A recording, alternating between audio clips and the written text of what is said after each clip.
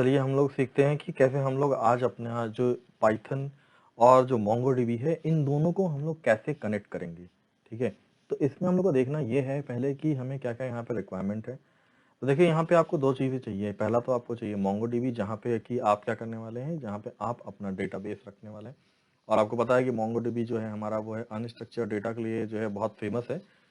तो next something को यहाँ पे क्या क्या रिक्वायरमेंट है वो हम लोग देख लेते हैं पहले। तो यहाँ पे देखिए मैंने जो है ये MongoDB को यहाँ पे इंस्टॉल कर रखा हुआ है। अगर आपको इंस्टॉलेशन देखना है कि कैसे हमें इंस्टॉल करना है, तो सबसे पहले हमें क्या करना होगा कि यहाँ पे हमें अपना MongoDB इंस्टॉलेशन के लिए हमें एक सेटअप डाउनलोड करना होगा। और फिर यहाँ पे हमें किस तरह से हम लोग यहाँ पे टेबल बनाते हैं, तो उसके लिए हमारा एक अलग से MongoDB का एक अलग से वीडियो है, जहाँ पे हम आपको बताएंगे कि किस तरह से आप MongoDB में अपना जो है यहाँ पे कलेक्शन वगैरह आप क्रिएट करते हैं, कैसे आप डेटाबेस क्रिएट करते हैं।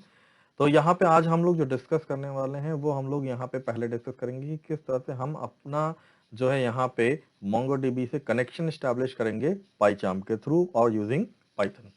तो सबसे पहले देखिए यहाँ पे हमें करना क्या है, हम यहाँ पे जो अपना कोड लिखने जा रहे हैं, हमें यहाँ पे जो हमें मॉड्यूल चाहिए यहाँ पे आपको, ये हमें चाहिए यहाँ पे पाईमोंगो। तो देखिए अगर आपके पास पहले से पाईमोंगो इंस्टॉल है तो बहुत अच्छी बात है, और अगर आपके पास माईमोंगो नहीं इंस्टॉल है तो सबसे पहले आपको क्या करना होगा, आपको वो लाइब्रेरी है चाहिए होगी। ठीक है, तो अब आप देखिए यहाँ पे क्या करना है आपको। सबसे पहले अगर आपके पास पाईमोंगो इंस्टॉल नहीं है तो वो आप इंस्टॉल कर सकते हैं। ठीक है, और आपको पता होगा कि कैसे इंस्टॉल करना है, वो ऑलरेडी मैंने पाईचार्म वाला जो वीडियो लेक्चर बनाया था उसमें मैंने आपको बताया था कि किस तरह से आपको जो है पाईमोंगो इंस्टॉल करना है। तो इंस्टॉल करने के बाद जो है आपको यहाँ पे क्या करना है, आपको लिखना है इंपोर्ट पाईमोंगो। ये हमारा पाईमोंगो आ चुका है।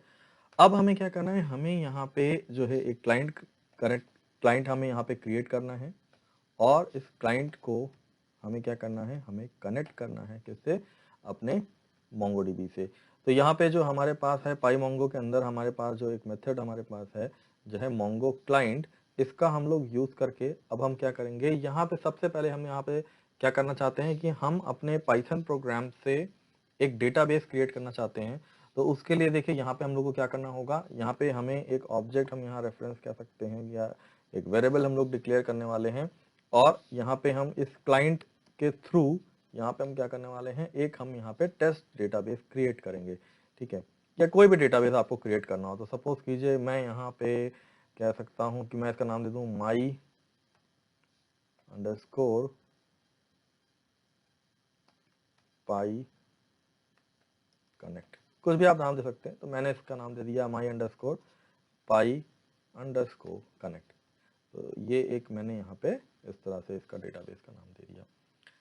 अब यहाँ पे आपको पता है ये डेटाबेस हमारा बन चुका है। अब इस डेटाबेस में हमें क्या चाहिए, हमें चाहिए डिफरेंट। अब डेटाबेस में जैसे आपको पता है कि अगर ये एसक्यूएल होता तो एसक्यूएल में भी आप डेटाबेस क्रिएट करते हैं, बट उस डेटाबेस को क्रिएट करने के बाद अब आपको क्या करना है, आपको यहाँ पे क्या करना है, आपको एक टेबल बनानी है।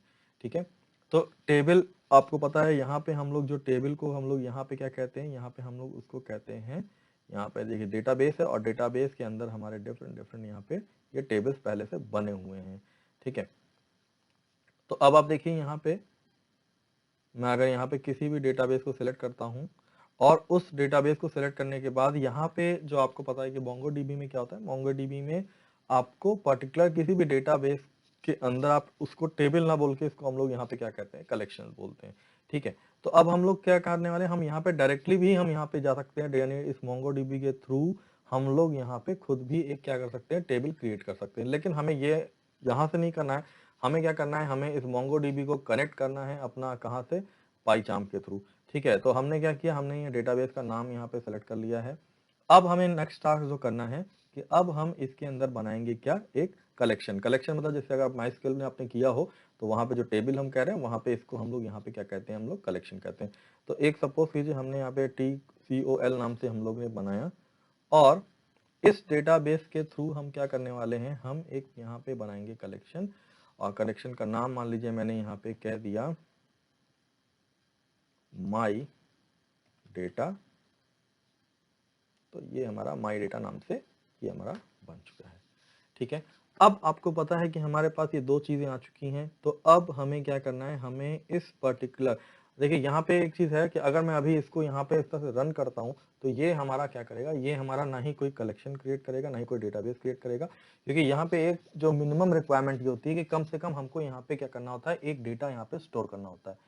तो चलिए हम लोग क्या करते हैं, हम एक, आपको पता है कि पाइथन में हम लोग डिक्शनरी कैसे बनाते हैं, ठीक है। तो हम एक क्या करेंगे, एक डेटा बनाते हैं in the form of dictionary. तो सपोज कीजिए मैंने एक यहाँ पे एक डिक्शनरी बनाई और इस डिक्शनरी के अंदर हम क्या करने वाले हैं, सपोज कीजिए मैं यहाँ पे कुछ एक सिंपल सा एक डेटा ले लेने वाला हूँ। तो मान लीजिए मैंने यहाँ पे कहा है एक टाइटल, और टाइटल में मैंने कह दिया जो है यहाँ पे माई टाइटल 1, ओके। ये हमने यहाँ पे लिख दिया माई टाइटल 1, और फिर यहाँ पे हमने लिख दिया, मान लीजिए सपोज कीजिए मैंने यहाँ कहा एज, और एज में मैंने कुछ एज दे दी 12, ठीक है। तो ये हमारा एक यहाँ पे आप देख रहे हैं डिक्शनरी हमारी यहाँ पे क्रिएट हो गई। अब हम यहाँ पे क्या करने वाले हैं, इस पर्टिकुलर डेटा को हम अपने जो कलेक्शन है उसमें हम क्या करने वाले हैं, इंसर्ट करने जा रहे हैं, ठीक है। तो इंसर्ट करने के लिए देखिए यहाँ पे आपको क्या करना है कि आपको यहाँ पे सिंपली यहाँ पे लिखना है, ठीक है। जो आपने यहाँ पे जो ये कलेक्शन का जो है यहाँ पे जो आपको रेफरेंस आपने बनाया हुआ है, ठीक है, इसके थ्रू आप क्या करोगे, यहाँ पे आप करोगे इंसर्ट। यहाँ पे बहुत दो मेथड है यहाँ पे, इंसर्ट वन और इंसर्ट मैनी। तो अभी हमको यहाँ पे केवल एक ही मेथड, एक ही वैल्यू को यहाँ पे स्टोर करना है, तो हमने यहाँ पे यूज किया इंसर्ट वन।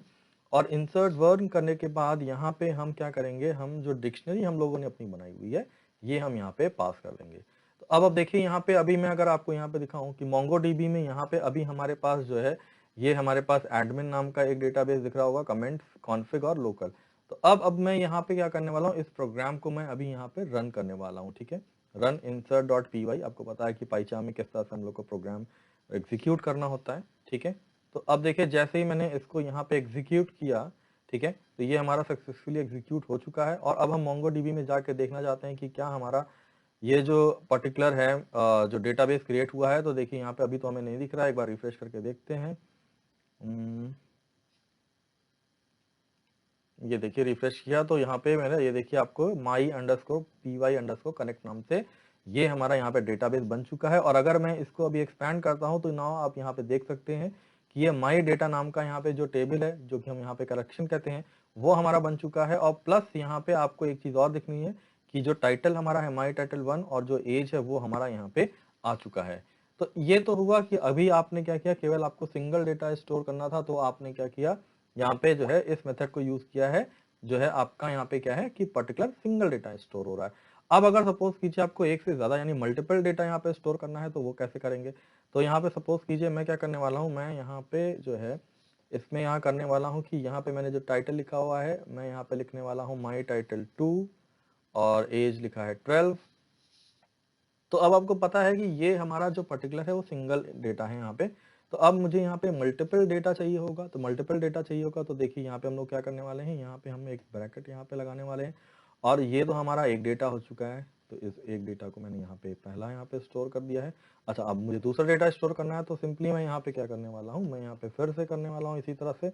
और अब की बार जो मैं यहाँ पे टाइटल देने वाला हूँ वो चेंज करूंगा इसको, और टाइटल में यहाँ पे मैंने दे दिया है माई टाइटल 3।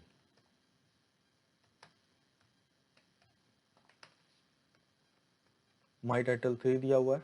और फिर यहाँ पे मैंने जो एज यहाँ पे मुझे देना है, मैंने एज यहाँ पे दे दी, सपोज कीजिए मैंने कर दिया 32। यहाँ पे भी कुछ चेंज कर देते हैं, यहाँ पे 22 कर देते हैं। तो अब देखिए यहाँ पे इस तरह से आपका मल्टीपल जो है data in the form of different different dictionary है, उसको मैंने जो है लिस्ट फॉर्मेट में रखा हुआ है। अब मुझे यहाँ पे जो अब की बार जो मुझे यहाँ पे जो मेथड यूज करना है तो वो मुझे देखिए यहाँ पे थोड़ा सा चेंज है। तो अब की बार मुझे कई सारा डेटा स्टोर करना है, तो मैंने एक साथ मुझे 2 डेटा स्टोर करने हैं। तो यहाँ पे मैंने लिखा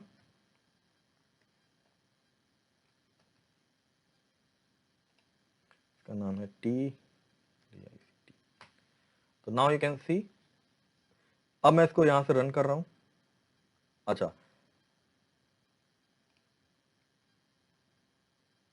तो अब देखिए यहाँ पे अभी तो नहीं दिख रहा है, तो यहाँ पे मुझे देखना होगा, एक बार रिफ्रेश करते हैं हम लोग।